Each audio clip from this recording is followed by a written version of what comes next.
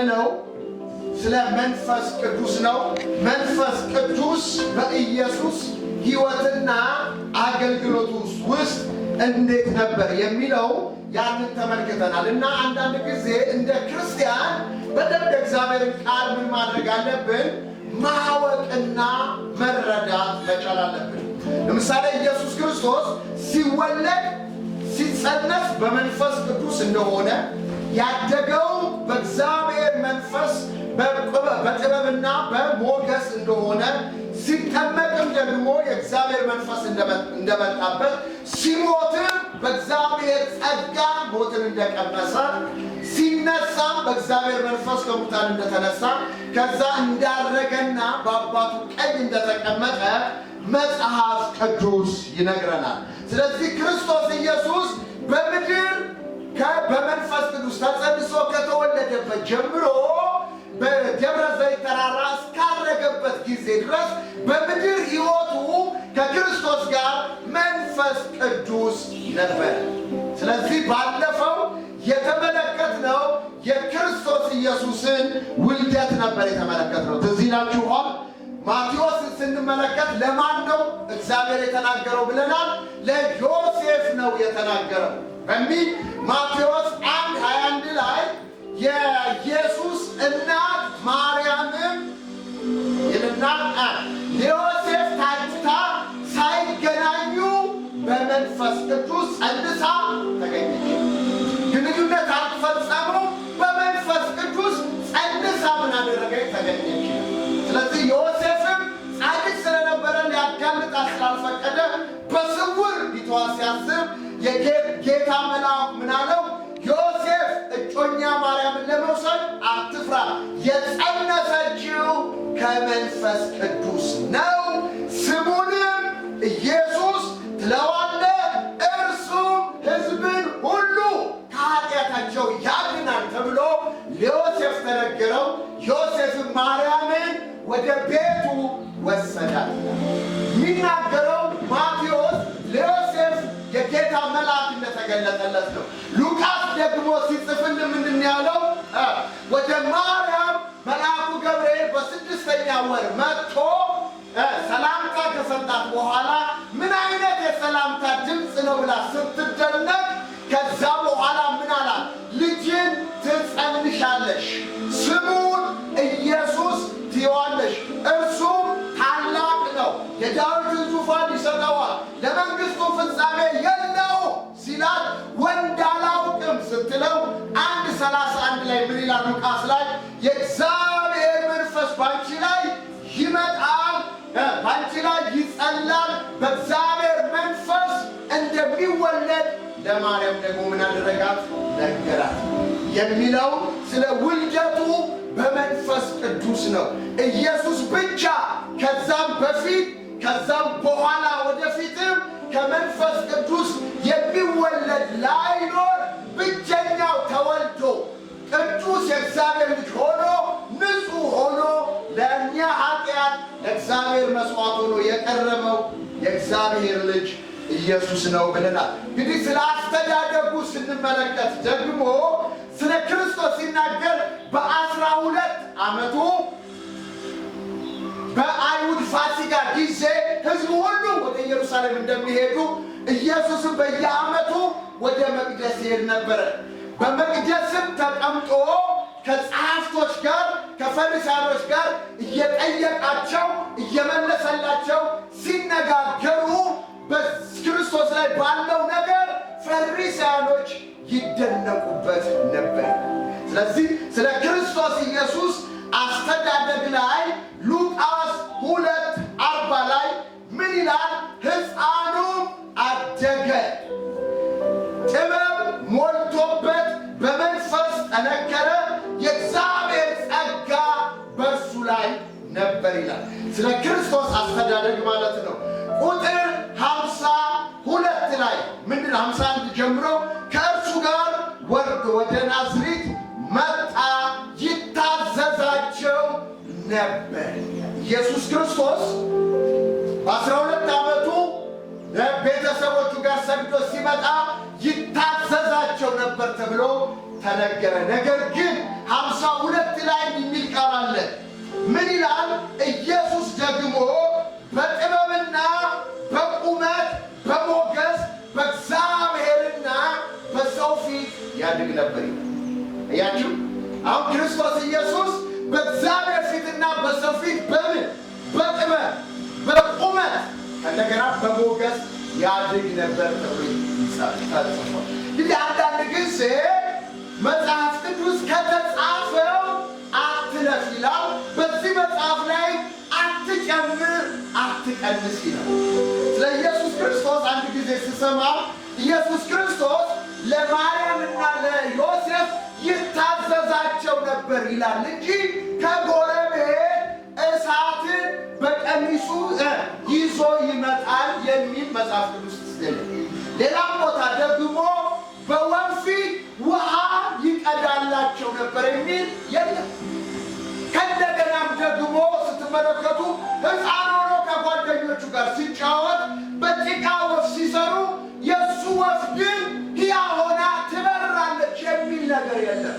ስለ አስተዳደጉ የሚናገረው እዚህ ቦታ ላይ ኢየሱስም ሕፃኑም አደገ ካለ በኋላ ጥበብ ተሞልቶ በመንፈስ ጠነከረ፣ የእግዚአብሔር ጸጋ በእሱ ላይ ነበር የሚል። ከዛ ውጪ ክርስቶስ ኢየሱስ በ12 ዓመቱ ሰግዶ ሲመጣ እንደሚታዘዝላቸው ይናገራል። ከዛ ውጪ ኢየሱስ ክርስቶስ በሰው ፊት በእግዚአብሔር ፊት ጥበብ ተሞልቶ በቁመት በሞገስ እንደሚያድግ ብቻ ነው እንጂ የሚናገረው ሌላ ነገር ውስጥ የሚገባ ነገር የለም።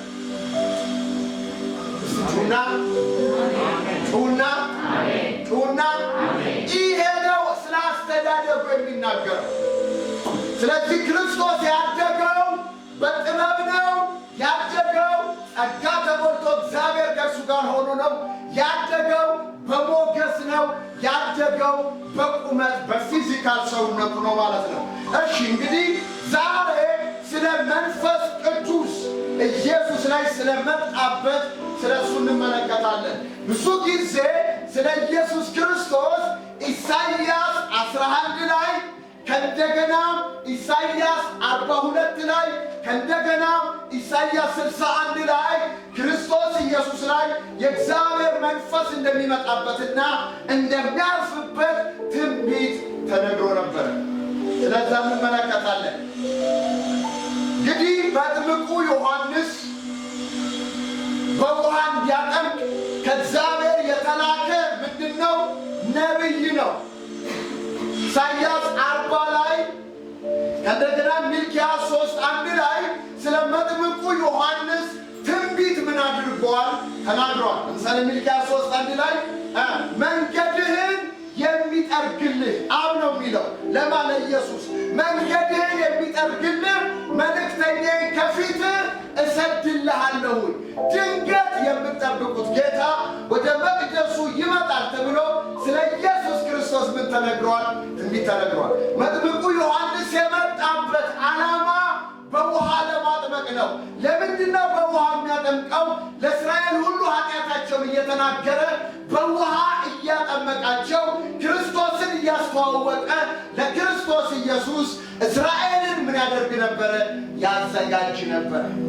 በእንደዚህ አይነት ሁኔታ መጽሐፍ ቅዱስ እንዲህ ይላል፣ ዮሐንስም ለእስራኤል ሕዝብ እስከተገለጠ ጊዜ ድረስ በምድረ በዳ እንደሚኖር የሚበላው የሚለብሰው ምን አይነት እንደሆነ ይናገርና እነ ሄሮድስ እነ ቀያፋ እነ ሐናና በንጉሥ ሆነው ሊቀ ካህኑ ነው እያሉ የእግዚአብሔር ቃል በምድረ በዳ ወደዋለው ወደ ዮሐንስ መጣ ይላል።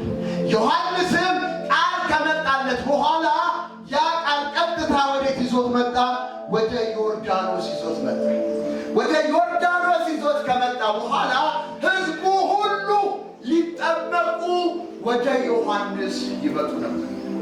ሕዝብ ሊጠመቅ ሲመጣ ይሄ ዮሐንስ ለሕዝቡ ምን አለው? መልእክት አለ። 2 ልብስ ያላችሁ አካፍሉ፣ ምግብ ያላችሁ አካፍሉ ይላቸዋል። ቀራጮች ሲመጡ ከሚገባችሁ በላይ ቀረጥን አትውሰዱ ይላቸዋል። ወታደሮች ሲመጡ በኃይል አትግዙ ይላቸዋል። ፈሪሳውያኖችና ጻፍቶች ሲመጡ እናንተ የፍኝ ልጆች ከሚመጣው ቁጣ ታመልጡ ዘንድ ማን አመለከታችሁ? እንግዲህ ለንስሐ የሚገባ ፍሬ አድርጉ። እምቢ ካላችሁ ዛፍ አጠገብ ምሳራለ ይቆረጣል፣ በእሳት ውስጥ ትጣላላችሁ። ከኔ በኋላ የሚመጣው ከኔ ይልቅ የበረታ ነው። እኔ በውኃ ነው የማጠምቀው፣ እርሱ በመንፈስ ቅዱስ ነው የሚያጠምቀው። መንሹ በእጁ ነው፣ አውድማውን ያጠራዋል፣ ገለባውን ያቃጥለዋል፣ ፍሬ ስንዴውን በጎተራ ይከታል እያለ ለፈሪሳውያኖች ከተናገረ በኋላ ሁሉን አጥብቆ ሲጨርስ መጽሐፍ ቅዱስ ይላል ኢየሱስን ሊጠመቅ ከገሊላ ወደ ዮርዳኖስ መጣ ይላል። የመጨረሻው በዮሐንስ የተጠመቀው ማን ነው? ኢየሱስ። ከየት መጥቶ? ከገሊላ መጣና በዮርዳኖስ ሊጠመቅ ሲል ዮሐንስ አየውና ምን አለው?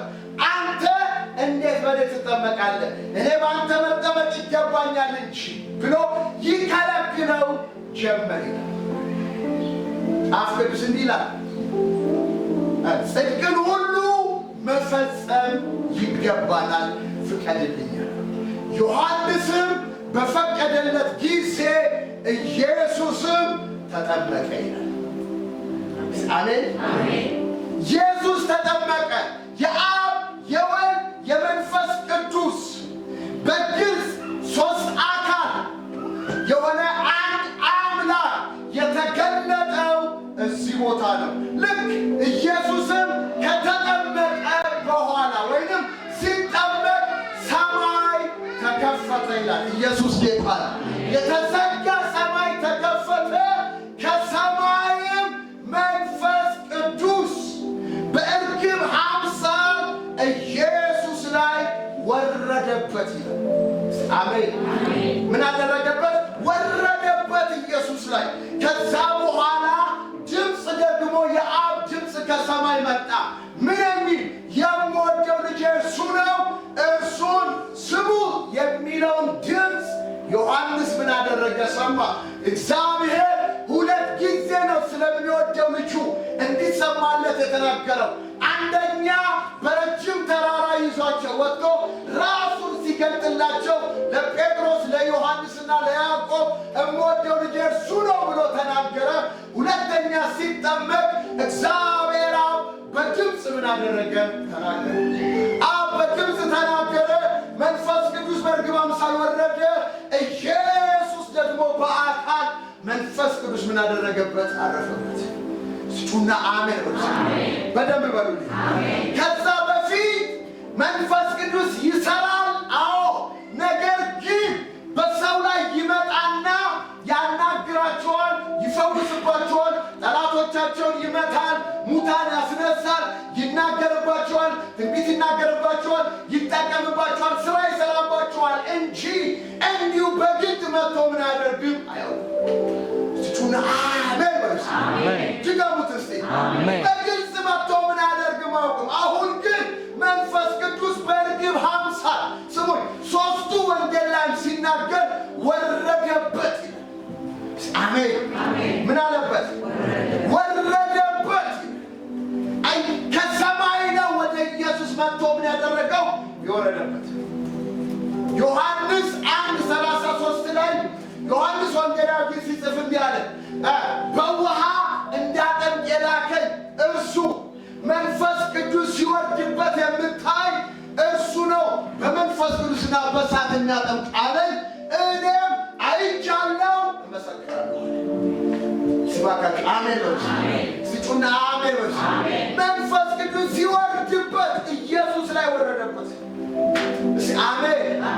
እንግዲህ ስሙኝ፣ የኢሳይያስ 61 ከእንደገናም የኢሳይያስ 11 ትንቢት የተፈጸመው እዚህ ላይ በደንብ ስሙ። መጽሐፍ ቅዱስ ሲናገር የናዝሬቱን ኢየሱስን እስቲ በሉት፣ ድገሙት። እግዚአብሔር በመንፈስ ቅዱስና በኃይል ቀባው ይላል። ስሙኝ፣ ለማርያም ሲገለጥላት ስሙን ኢየሱስ ትይዋለሻል፣ ለዮሴፍ ትለዋለህ። አሜን አሜን። ማን ትለዋለህ? ኢየሱስ። በሉልኝ ኢየሱስ። በደንብ እንደው እግዚአብሔር ውስጣችሁ በጌታ በኢየሱስ የሚጨምርባችሁ ስሙን ኢየሱስ ትለዋለህ። በደንብ ስሙ። ኢየሱስ ማለት በግሪክ ኢያሱ ማለት በዕብራይስጥ አንድ ነው። ምንና ምን? ኢያሱ የሚለው በዕብራይስጥ ኢየሱስ የሚለው በግሪክ አንድ ነው። ምኑ? ትርጉሙ ምንድን ነው? እግዚአብሔር ያድናል። አሜን አሜን። እስቲ በሉት እስቲ እግዚአብሔር ያድናል ነው። ኢየሱስ ማለት በሉ እስቲ ኢየሱስ ማለት አንድ ላይ ኢየሱስ ማለት እግዚአብሔር ያድናል ማለት ነው። ኢየሱስ ማለት እግዚአብሔር ያድናል ማለት ነው። በሉ እስቲ ኢየሱስ ማለት እግዚአብሔር ያድናል ማለት ነው። አይ ስሙን ኢየሱስ ትለዋለህ። እርሱ ሕዝብን ሁሉ ከኃጢአታቸው ያድናቸዋል ተብሎ ማቴዎስ 1:21 ላይ የተነገረው ለኢየሱስ ነው። ኢየሱስ ማለት እግዚአብሔር ያድናል ማለት ነው። ይሄ የወል የሥጋ በምድር ሲመጣ ስሙ ነው። ስሙን ኢየሱስን በምናስብበት ሰዓት አንድ ስምና ያለው ወይንም ሰው የሆነ ሁለተኛ አምላክ የሆነ ማንነት ነው ያለው። ወይንም በክርስቶስ ኢየሱስ ውስጥ ሁለት ማንነት አለ። አምላካዊ ማንነትና ሰዋዊ ማንነት። ስለዚህ ብዙ ጊዜ እነዚህ ነገሮችን ክርስቲያኖች በቅጡ ምን አናደርጋቸው ማናቃቸው። ለምሳሌ በመጀመሪያ ቃል ነበረ፣ ቃልም እግዚአብሔር ነበረ፣ ቃልም ሥጋ ሆነ የሚለው አምላክነቱን ይገልጻል። ለምሳሌ ጢሞቴዎስ ላይ አንደኛ ጢሞቴዎስ 2:3 አካባቢ ምን ይላል? አንድ እግዚአብሔር አለ፣ በእግዚአብሔርና በሕዝብ በሰዎች መካከል መካከለኛ የሆነ አንድ አለ፣ እርሱም ሰው የሆነ ኢየሱስ ነው። ምን የሆነ በሉልኝ፣ ሰው የሆነ ኢየሱስ ነው ይላል። ኢየሱስ ሰው ነው፣ ፍጹምም አምላክ ነው። ስለዚህ ይሄንን ማወቅ አለብን። ስለዚህ መጽሐፍ ቅዱስ በደንብ ላሳያችሁ የምፈልገውን ብታውቁ ኢየሱስ ሰው ስለሆነ ነው እግዚአብሔርን ያደረገው የቀባው። እንግዲህ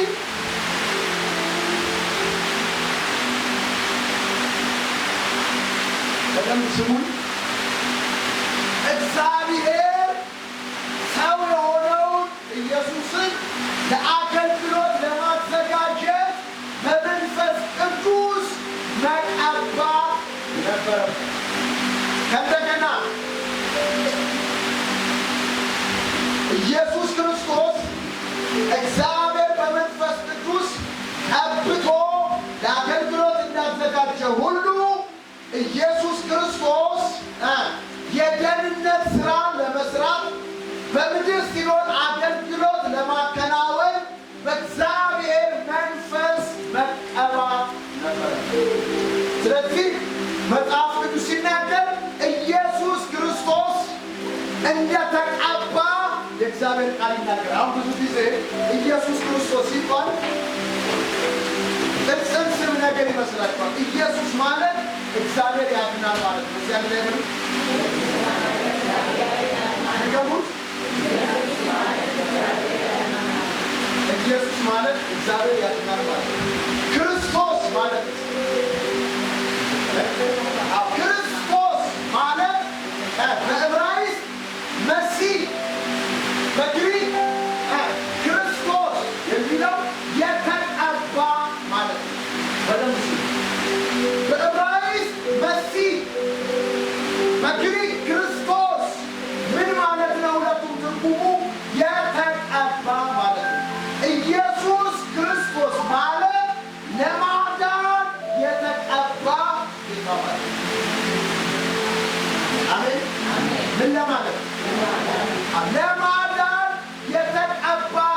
ማለት ነው። ስለዚህ ኢየሱስ አገልግሎት ከመጀመሩ በፊት እንደ ማንኛውም ሰው በቁመትና በሞገስ በእግዚአብሔር ፊት ያድግ ነበረ።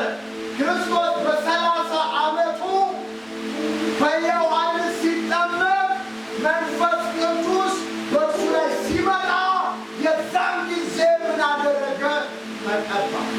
የዛን ጊዜ የእግዚአብሔር መንፈስ በሙላት ኢየሱስ ላይ ምን አደረገ? መጣ። ስሙ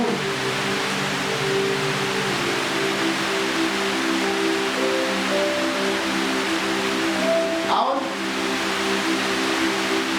ኢየሱስ ክርስቶስ በዚህ ምድር ሲመላለስ አንድ ጊዜ አንድ ነገር አለ።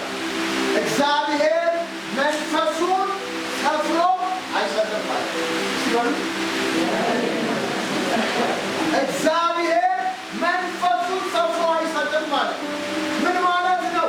እግዚአብሔር መንፈሱን በሙላት የሰጠው መንፈሱን በሙላት በእርግብ አምሳል በሚታይ ነገር መጥቶ ኢየሱስ ላይ ሲያልፍ የእግዚአብሔር ሙላት የእግዚአብሔር ኃይል በክርስቶስ ኢየሱስ ላይ ምን አድርጓል? ተደርጓል። ብዙ ሰዎች እንዲህ ይላሉ። አንዳንዶቹ እግዚአብሔር መንፈሱን ሰፍሮ አይሰጥም ተብሎ የተጻፈው ለክርስቶስ ኢየሱስ ብቻ ነው ይላሉ። አንዳንዶቹ ደግሞ ለቤተ ክርስቲያን ነው ይላሉ። ሁለቱም ትክክል ነው። ለምን? ቤተ ክርስቲያን የክርስቶስ ኢየሱስ ሙላቱ ስለሆነች እኛ ሁላችን ከሙላቱ ተቀብለናል ስለሚል እግዚአብሔር በክርስቶስ ኢየሱስ ላይ ነው ፍጹምን ያመጣው መንፈሱን ያስቀምጣል። ሲባካችሁ አሜን ወራ በደንብ በሉልኝ፣ በደንብ በሉልኝ። ክርስቶስ ኢየሱስ ሳይቀባ አገልግሎት አልጀመረም ነበረ። ከተቀባ በኋላ ነው ክርስቶስ ምን የጀመረው? አገልግሎት የጀመረው። እሺ ኢየሱስ ሊጠመቅ ከየት መጣ? ከገሊላ ወደ ዮርዳኖስ መጣ። እስቲ በሉልኝ። ሊጠመቅ ከገሊላ ወደ ዮርዳኖስ መጣ። ደስ የሚለኝ ሲመለስ መንፈስ ተሞልቶ ተመለሰ። አሜን። ሲመለስ ወደ ገሊላ መንፈስ ተሞልቶ ነው የተመለሰው። ዋው! እስባካችሁ አሜን። መንፈስን ተሞልቶ ተመለሰ ይላል። ወደ ገሊላ በደምብ ስሙ። ሊጠመቅ ሄደ። በዮሐንስ ተጠመቀ። ሲጠመቅ መንፈስ ቅዱስ በእርግብ አምሳል ኢየሱስ ላይ መጣ። ከመጣበት በኋላ ከተጠመቀ በኋላ ኢየሱስም መንፈስ ተሞልቶ ወደ ገሊላ ተመለሰ ይላል። ወደ ገሊላ ከተመለሰ በኋላ አሁንም ስሙ፣ መንፈስ ተሞልቶ ወደ ገሊላ መጣ። ከእንደገና ምን ይላል? መንፈስንም ተሞልቶ ወደ ምድረ በዳ ሄደ። አሜን። ወይም መንፈስ እየነዳው መንፈስ እየመራው ወደ ምድረ በዳ ሄደ ይላል። አሜን። ምን እየመራው? በሉልኝ። የተቀበለው መንፈስ በኢየሱስ ላይ ሆኖ ወደ ገሊላ ከሄደ በኋላ በመንፈስም ተመርቶ ወደ ምድረ በዳ ሄደ ይላል። ምድረ በዳው 40 ቀን 40 ሌሊት ከጾመ በኋላ ፈታኝም ቀርቦ ፈተነው። ያችሁ ቢፈተንም ወደዛው ዝርዝር አልገባም። ሶስቱንም በድል ምን አደረገ? አሸነፈ። ሰይጣን ለጊዜው ተለየ ይላል። ከዛ ምንድን ነው የሚለው? ኢየሱስም በመንፈስ ኃይል ሲጩና በሉት፣ በደንብ በሉት። ኢየሱስም በመንፈስ ኃይል ወደ ገሊላ መጣ። አይ በመንፈስ ኃይል ወደ ገሊላ መጥቶ ከዛ በኋላ በገሊላ ምኵራብ ገብቶ ያስተምራቸው ነበረ። የመንግስትን ወንጌል ይሰብክ ነበረ። በሕዝቡም ያለው ደዌ ይፈውስ ነበር። አጋንንቶችን ያስወጣ ነበር። ዝናው በአካባቢ ባሉ ሀገሮች ሁሉ ተሰማ ይላል። ከዛ አገልግሎቱ በይፋ መንቀሳቀስ ጀመረ። እስቲ ከገባችሁ አሜን በሉ። በደንብ በሉ። ኢየሱስ ክርስቶስ አብዛኛው ቅዱስ ስራዎች ናቸው። በአምላክነቱ ቢሰራ እኔ ከሰራሁት የበለጠ እናንተ ትሰራላችሁ ይላችሁ አይደለም። በአምላክነቱ ቢሰራ እኛ አምላክ ስላልሆንን እሱ ከሰራው የበለጠ ልንሰራ አንችልም። ሰው ሆኖ በመንፈስ ቅዱስ ኃይል የሰራው ስራ ስለሆነ እኔ ከሰራሁት ይልቅ እናንተ የሚበልጥ ትሰራላችሁ። ሲጦና አሜን በሉ። በደንብ በሉልኝ፣ በደንብ በሉልኝ። አያችሁ፣ አሁን ክርስቶስ ሰይጣንን ያሸነፈው እኛ እንድናሸንፍ ነው። ክርስቶስ ያስተማረው በመንፈስ ቅዱስ እንድናስተምር ነው። ክርስቶስ የሰበከው እኛም እንድንሰብክ ነው። ክርስቶስ በሽተኞች የፈወሰው እኛም እንድንፈውስ ነው። ክርስቶስ ተአምር ያደረገው እኛም ተአምር እንድናደርግ ነው። ጩና አሜን። ድገሙት፣ ድገሙት። አያችሁ፣ በደንብ ስሙኛው። እንግዲህ ከተቀባ በኋላ ስሙ፣ ይህችን ነገር ልንገራችሁ። እግዚአብሔር የናዝሬቱ ኢየሱስን በመስ ድገሙት።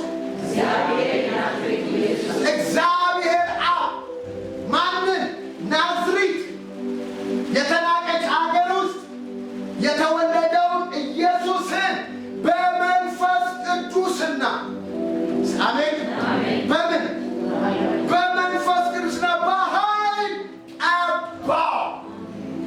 ስሙ፣ ቅባት በብሉይ ኪዳን የሚቀቡት ነገስታት ካህናቶች ናቸው። ከአምስት ነገር ይሰራል። ወደዛው ዝርዝር ውስጥ ከአምስት ነገር ይሰራል። ይሄ እግዚአብሔር የተቀደሰ ቅባት ነው። ማንኛውም እኔ ካዘዝኩላቸው ሰዎች ውጪ ሰውነቱ ላይ የሚያፈስ ቢኖር ገለዋለሁ ወይም ከዚህ ተለይቶ ይጥፋ ብሏል። ያ ቅባት አይደለም እና አሮን ጺም ላይ የተቀባ ቅባት አይደለም። በፍጥረት ከጠጅ ሳር ከብርጉድ የተሰራ ቅባት አይደለም። ኢየሱስ የተቀባው ኢየሱስ መንፈስ ቅዱስ ነው። በላዩ ላይ የመጣው መንፈስ ቅዱስ ከእሱ ጋር ነበረ። ኢየሱስ ጌታ ነው። ቅባት ማለት የእግዚአብሔር ሐልወት፣ የእግዚአብሔር መገኘት፣ የእግዚአብሔር አብሮነት ከአንተ ጋር ሲሆን ነው። አይምሮህን ሲገዛው ነው። ልብህን ሲቆጣጠረው ነው። በቃልህን ሲይዘው የዛን ጊዜ ቅባት ባንተና ባንቺ መስራት የሚያደርጋል ይጀምራል። ኢሳይያስ 11 ቁጥር 1 ሰው ሃሌሉያ ደስ እያለን ያደርጋል። ስንታልኩት ኢሳይያስ 11 1-2 ምን ይላል? ከእሴይ ግንድ በትር ቁጥቋጦ ያፈራል ካለ በኋላ የእግዚአብሔር መንፈስ እስቲ በሉ አንድ ላይ የእግዚአብሔር መንፈስ ይልና መንፈሱን በሁለት ከፍሎ ያስቀምጧል። የመጀመሪያው የእግዚአብሔር የጥበብና የማስተዋል መንፈስ ነው። የጥበብና የማስተዋል መንፈስ ነው። ሁለተኛ ደግሞ የምክርና የኃይል መንፈስ ነው። ሶስተኛ ደግሞ የእውቀትና እግዚአብሔርን የመፍራት መንፈስ ያርፍበታል። ማለት የናዝሬቱ ኢየሱስ ነው። አሜን፣ አሜን። የእግዚአብሔር መንፈስ የሚለውን አንድና ሁለት አድርጎ ያስቀመጣቸው 6 7 መንፈስ ብሎ የሚያስቀምጠው ትርጉም ያለ። ከእንደገና ደግሞ የእግዚአብሔር መንፈስ ካለ በኋላ 6ቱን በሁለት ከፋፍሎ ያስቀምጣል። በ7ም ይሁን በ6ም ይሁን ኢየሱስ ላይ ያረፈው መንፈስ ግን ፍጹም የሆነ አሜን፣ አሜን፣ ፍጹም የሆነ ሙሉ የሆነ ጉድለት የሌለበት ኢየሱስ ላይ ያረፈው መንፈስ ፍጹም የሆነ ሙሉ የሆነ ምንድነው? መንፈስ አሜን። በደንብ በሉ አሜን። ይሄ መንፈስ ኢየሱስ ላይ ምን አደረገ? አረፈ። እንግዲህ 6ቱንም ወደዛ ገብቻ ያሳያል። ግን ከሰዓት አኳያ ከሶስቱም አንዳንድ ላሳያችሁ። የመጀመሪያውን የጥበብና የማስተዋል መንፈስ የጥበብ መንፈስ ላሳያችሁ። ክርስቶስ በዚህ ምድር በሚኖርበት ሰዓት ፈሪሳውያኖችንም መንግስትንም በዛን ጊዜ የነበረው የሄሮድስ መንግስትንም የሮም መንግስትንም ፈሪሳውያኖችንም ሃይማኖቶችንም ሁሉ የሚመጡበትን ተግዳሮት ሁሉ ያለፈው በምንድን ነው? በጥበብ መንፈስ ነው። ስለኛ ሲናገር ሮሜ 12 ላይ ምን ይላል? ከዘጠኙ ስጦታዎች አንዱ ጥበብ የመናገር ይላል። ሲበሉ አንድ ላይ ጥበብ የመናገር ይላል። ያዕቆብም ምን ብሎ ይናገራል? ማንም ጥበብ የጎደለው ቢኖር በልግስና የሚሰጠውን እግዚአብሔርን ይለምን ለእርሱ ይሰጠዋል። አያችሁ፣ ጥበብ እንዲኖረን እኛም ይነግረናል። እኔ ገርማችሁ ብዙ ጊዜ ኤፌሶን ላይ ይነበባል እንደ ጥበበኞች እንጂ ጥበብ እንደሌላቸው ሰዎች ሳይ ሲበሉ እንዴት እንደምትመላለሱ በጥንቃቄ ተጠረገ። እንደ ጥበበኛ እንድንመላለስ የሚያደርገን የጥበብ መንፈስ እላያችን ላይ ሲመጣ፣ የጥበብ መንፈስ አንተ ላይ ካለ ጠቢብ ያስብልሃል። የእውቀት መንፈስ አንተ ላይ ካለ አዋቂ ያስብልሃል። የኃይል መንፈስ አንተ ላይ ካለ ብርቱ ያስብልሃል። ኢየሱስ በዚህ ምድር ሲመላለስ ይሄ መንፈስ እሱ ላይ አንዱ የጥበብ መንፈስ ስለነበረበት ሲላቸዋል። በጣም የሚገርመኝ ፈሪሳውያኖችና ጸሐፍቶች ኢየሱስን ሊፈትኑት አንድ በምንዝርና የተያዘችን ሴት ይዘውለት መጡ። እሱ ደግሞ ቁጭ ብሎ እያስተማረ ነው። እንደ ድንገት ይዘዋት መጥተው በመካከል አቆሟት። መጽሐፍ ቅዱስ እንዲህ ይላል፣ ሊከሱት ፈልገው ሊፈትኑት ይህንን አሉ። አይጋራችሁ? ምን ሊሉት? አንድ ላይ ሊከሱት ፈልገው ይህንን አሉ። ሊፈታተኑት ማለት ነው። ምን አሉ? በሙሴ ሕግ አንድ ሴት ስታመነዝር ተወግራ በድንጋይ ትሙት ተብሎ ተጽፏል። እንጂ ሴት ስታመነዝር አገኘናት፣ አንተስ ምን ትላለህ? የጥያቄ ግን ለምንድን ነው የጥያቄ ጠየቁት? ሊፈትኑት፣ ሊከሱት፣ ሊያዋርዱት፣ ሊያሳጡት ይህንን አሉ። አያችሁ፣ የእኔ ጌታ ግን ትወገርም ማለት አይችልም፣ አትወገርም ማለት አይችልም። ምክንያቱም ትወገር ካለ ሕግን ልፈጽም መጥቻለሁ እንጂ ልሽር አልመጣሁም የሚለው ቃል ይይዘዋል። ምክንያቱም ሕግ ትወገር ብሏል። ኢየሱስም ሕግ የሚፈጽም ከሆነ መወገር አለባት። አትወገር ካለ ሕግን ፈጽሞ ሕግን ተላልፏል። ትወገር ካለ ደግሞ አይሁዶች ሰውን የመግደል መብት የላቸውም። ለምን? በሮማውያን ቀኝ ግዛት ውስጥ ስላሉ ሰው ለመግደል ሲፈልጉ እንኳን ሮማውያኖች ፈቅደውላቸው ነው። ስለዚህ ላቸው ጲላጦስ ፊት ቀርበው ኢየሱስን ምን አሉት? ይህ ሰውዬ አመፀኛ ነው ይገደል አሉት። እንዲገድላቸው የፈለጉት ለማን ነው? ለሮማን ገዢዎች ነው እንትን ያሉት። እሱ ደግሞ ምን አላቸው? አይ እናንተ በሕጋችሁ እንደፈለጋችሁ አድርጉት አላቸው። እነሱ ምን አሉ? እኛ ሰውን የመግደል መብት የለንም ማለት። አይ በሮማን ስር ስላሉ ሰው የመግደል መብት የላቸው። ትገደል ካለ ከሮማውያን ጋር ያጣሉታል። አትገደል ካለ የሙሴን ሕግ ይሽረሃል ይሉታል። ስለዚህ እኔ ጌታ ጎንበስ ብሎ በጣቱ መጻፍ ጀመረ። በጣቱ ሲጽፍ አገኘነው ብለው ደጋግሞ ሲጠይቁት ቀና ብሎ ከእናንተ መካከል ኃጢአት የሌለበት ሰው የመጀመሪያውን ድንጋይ ያሳርፍበታል። ኢየሱስ ሕግን ምን አላደረገም? አልሻረም።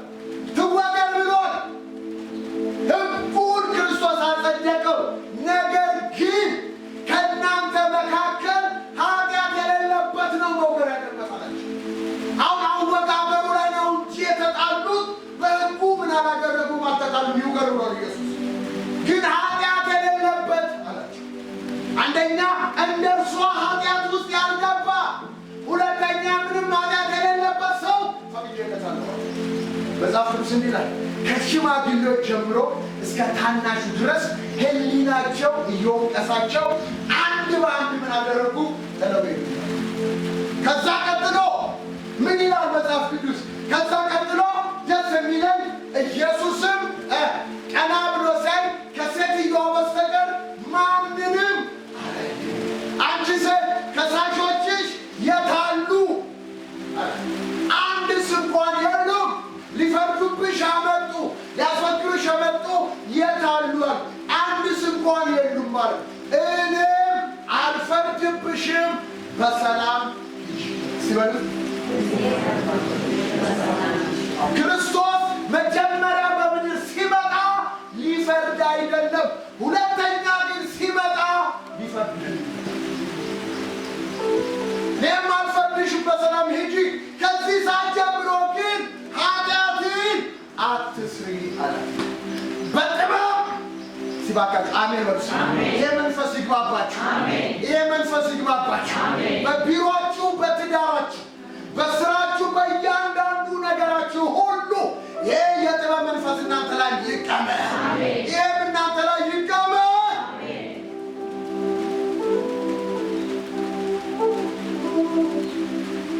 ወደ ሌላው ታሪክ ምናልባት ብጽፉ ከሆነ ይጠቅማችኋል። ስለሚጠቅማችሁ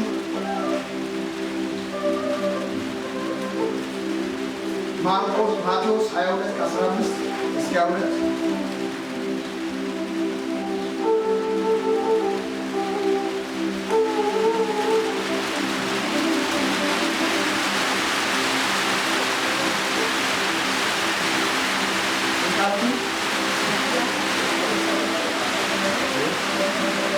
ማቴዎስ 22:15 ኢየሱስ በዚህ ምድር ላይ እንደ ሰው ሲመላለስ የእግዚአብሔር የጥበብ መንፈስ ስለነበረበት በደንብ ስሙ። ፈሪሳውያኖች ከሄሮድስ ወገን የሆኑትን ወታደሮች ይዘው ወደ ኢየሱስ መጡ።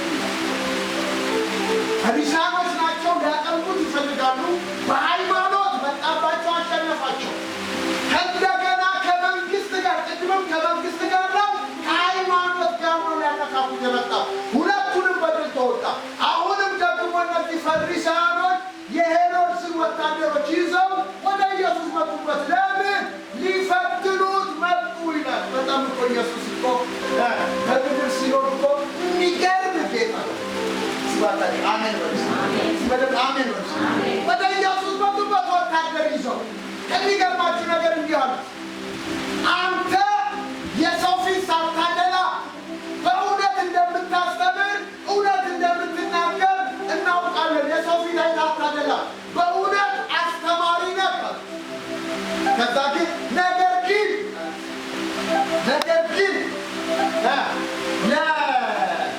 ለመንግስት ግብር ለቄሳር ግብር መስጠት ተፈቅዷል ወይ ተፈቅዷል? አሁን እዚህ ቦታ ተፈቅዷልም ማለት አይችልም፣ አልተፈቀደም ማለት ነው።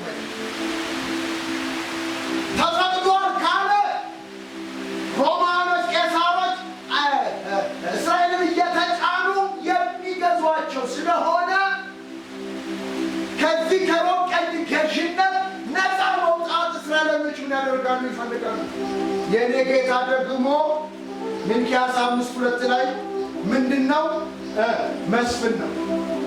ከይጋባች ምንድነው? ኢየሱስ በሉልኝ አንድ ላይ ኢየሱስ መስፍን ነው። መስፍን ደግሞ ከኢያሱ በኋላ 430 ዓመት እስራኤል ከናን ገብታ ስትኖር ጠላቶች ሲገዟት መስፍን ይነሳና እነ ሶምሶን እነ ዮዳሄ እነ ባርቅ መስፍን ሆነው ጠላቶቻቸውን ይመቱና ምድሪቷን 20 ዓመት 40 ዓመት ያሳርፋሉ። ይህ መስፍን ስለሆነ ከሮማ ቀኝ ገዥነት ነፃ ያወጣናል ብለው ይጠብቃሉ። ስለዚህ መክፈል አለባችሁ ካለ ነፃ አውጪ አይደለም። አያችሁ ክርስቶስ እኮ በጣም በምድር ላይ እኮ ትግል ነበር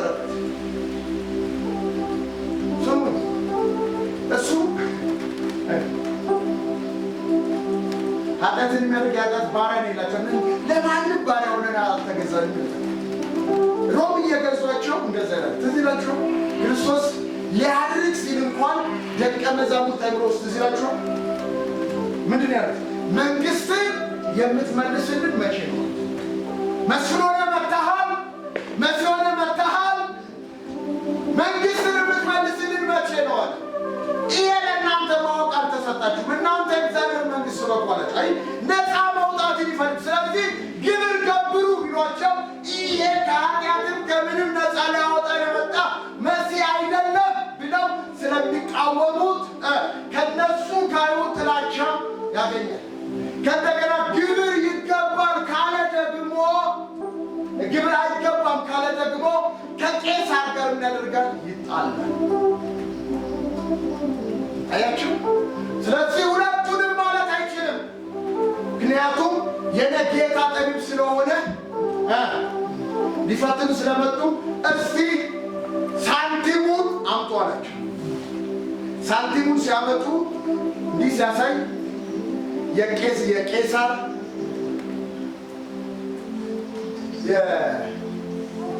ስዕል ላይ ውል ያለበት ዞር ሲያደርግ ደግሞ በላቲን የተጻፈ ምን አለ? ጽሑፍ አለ። ምን የሚል? ጢባሪዎስ